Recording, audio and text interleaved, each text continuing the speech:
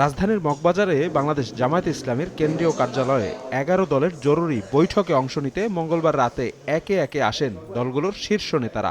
১.৫ ঘণ্টাব্যাপী এ বৈঠক শুরু হয় রাত ৮টায়। পরে সাংবাদিকদের মুখোমুখি হন বৈঠকে উপস্থিত নেতারা। কথা বলেন জামায়াত আমির ডাক্তার শফিকুর রহমান। এগুলাই আমরা আলোচনা করেছি। নির্বাচন ঘিরে দেশব্যাপী উৎসবের আমেজ বিরাজ করছে উল্লেখ করে ডাক্তার শফিকুর রহমান হুঁশিয়ারি দেন, সুষ্ঠু নির্বাচন নিশ্চিত না করতে পারলে মাঠে নামবে জনগণ। দেশের শতকরা ৪০% ভোটার জীবনে একটা ভোটও দিতে পারে না। তারা এই ভোটের মাঠ কেউ নষ্ট করবে না, এটা আমরা বিশ্বাস করি। তারা বরদাস্ত করবে না। ভোটাররাই এর জবাব এবং প্রতিরোধ গড়ে তুলবে। জামায়াত আমির বলেন, ক্ষমতায় গেলে জনগণের সরকার গঠন করবে ১১ দলীয় ঐক্য।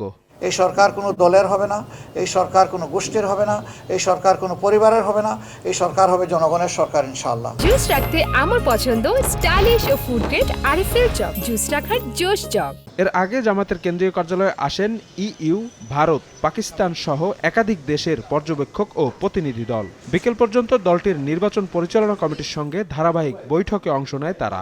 বৈঠক শেষে জামায়াতের সহকারী সেক্রেটারি জেনারেল এহসানুল মাহবুব জুবায়ের অভিযোগ করেন, কেন্দ্রে কেন্দ্রে সিসিটিভি ও বডি অন ক্যামেরার সংখ্যার বৈষম্য করে একটি দলকে বিশেষ সুবিধা দিচ্ছে প্রশাসন। আমাদের যারা এজেন্ট আছেন তাদেরকে বিভিন্ন ধরনের হুমকি দেওয়া হচ্ছে। কিছু কিছু আসনে অনেক বডি ক্যামেরা, কিছু কিছু আসনে নাই বললেই চলে। একটা বিশেষ দলকে সন্ত্রাস করার, সমস্যা তৈরি করার জন্য তারা সুযোগ করে দিচ্ছেন কিনা, এটা আমাদের প্রশ্ন।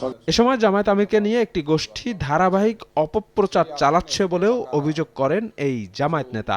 মিথ্যা তথ্য ছড়ানো হচ্ছে। শফিক মুন্সি, সময় সংবাদ, ঢাকা।